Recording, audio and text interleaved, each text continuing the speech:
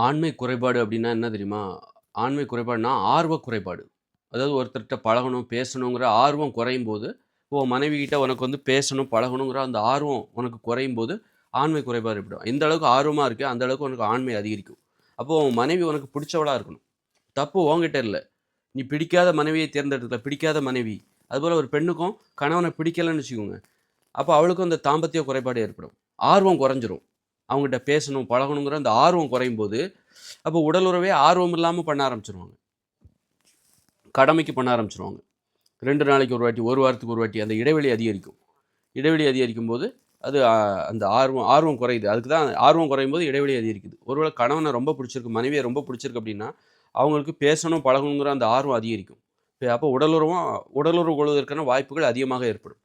அப்போ ஆர்வத்தோட பேசணும், ஆர்வத்தோட பழகணும், ஆர்வத்தோட பார்க்கணும் ஒருத்தர் ஒருத்தர். அந்த ஆர்வத்தோட உடலுறவில் ஈடுபட வேண்டும். அதுதான் ஆண்மை அதிகரிப்பதற்கு வழிவகுக்கும். அந்த ஆர்வம் குறையும்போது, உனக்கு உன் மனைவிய பிடிக்கல அப்படின்னா, உன் மனைவிக்கு ஒரு மனைவிக்கு கணவன பிடிக்கல அப்படிங்கும்போது, பிடிக்காம ஒருத்தர்ட்ட வந்து ஒரு வாழ்க்கை நடத்தும்போது, அவங்ககிட்ட பேசணும், பழகணுங்கிற ஆர்வம் குறைஞ்சுக்கிட்டே போகும். அதுதான் வந்து அந்த ஆண்மை குறைபாட்டுக்கு வழிவகுக்குது. அடிக்கடி உடலுறவு வச்சுக்கணும். உடலுறவு அப்பதான் நெறைய நேரம் உடலுறவு வச்சுக்க முடியும். ஒரு 10 நிமிஷம் பண்ணணும் அப்படின்னா, அடிக்கடி உடலுறவு வச்சுக்கணும். நீங்க 2 நாளைக்கு ஒரு வாட்டி அல்லது 3 நாளைக்கு ஒரு வாட்டி வச்சுக்கிட்டீங்க அப்படின்னா, அந்த இடைவெளி அதிகரிக்கும்போது, உடனே வந்து அடிக்கடி பண்ணும்போது, உங்களுக்கு வந்து நெறைய நேரம் அப்ப அடிக்கடி பண்றதுக்கு என்ன காரணமா என்ன தேவையா இருக்கு? ஆர்வம் தான் காரணமா இருக்கு. அடிக்கடி பண்ணணும்னு நெனச்சு நீ பண்ண முடியாது. அந்த ஆர்வம் இருந்தால் தான், அவங்கள உனக்கு ரொம்ப புடிச்சிருந்தா தான், உன் மனைவிய உனக்கு ரொம்ப புடிச்சிருக்கணும். அதுபோல உன் மனைவிக்கு உன்ன ரொம்ப புடிச்சிருக்கணும். புடிச்சிருந்தா தான் அடிக்கடி பண்ண முடியும். அடிக்கடி பண்ணக்கூடாதுன்னு நீ சொல்லாத. அடிக்கடி பண்ணாம இருக்க முடியல என்னால. அப்படிங்கிற மாரி. ஏன்னா, அந்த அளவுக்கு என்ன புடிச்சிருக்கு. அவங்கள எனக்கு எனக்கு ரொம்ப புடிச்சிருக்கு. அதனால அடிக்கடி என்னால பண்ணாம இருக்க முடியல. அப்படிங்கிறது தான் வந்து உண்மை.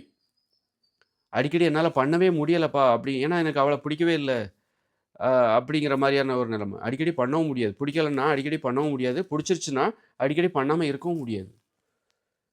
அப்படி இருக்கும்போது அடிக்கடி நீ பண்ணிட்டன்னா, உனக்கு ஆர்வம் அதிகரிக்க அதிகரிக்க, அது என்ன? அதில உள்ள டெக்னிக் என்ன? அவங்கள எப்படி சந்தோஷப்படுத்துறது?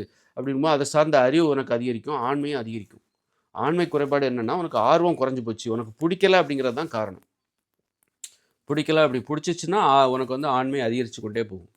ஆர்வம் அதிகரிக்க, அதிகரிக்க ஆண்மை அதிகரித்துக் கொண்டே போகும்.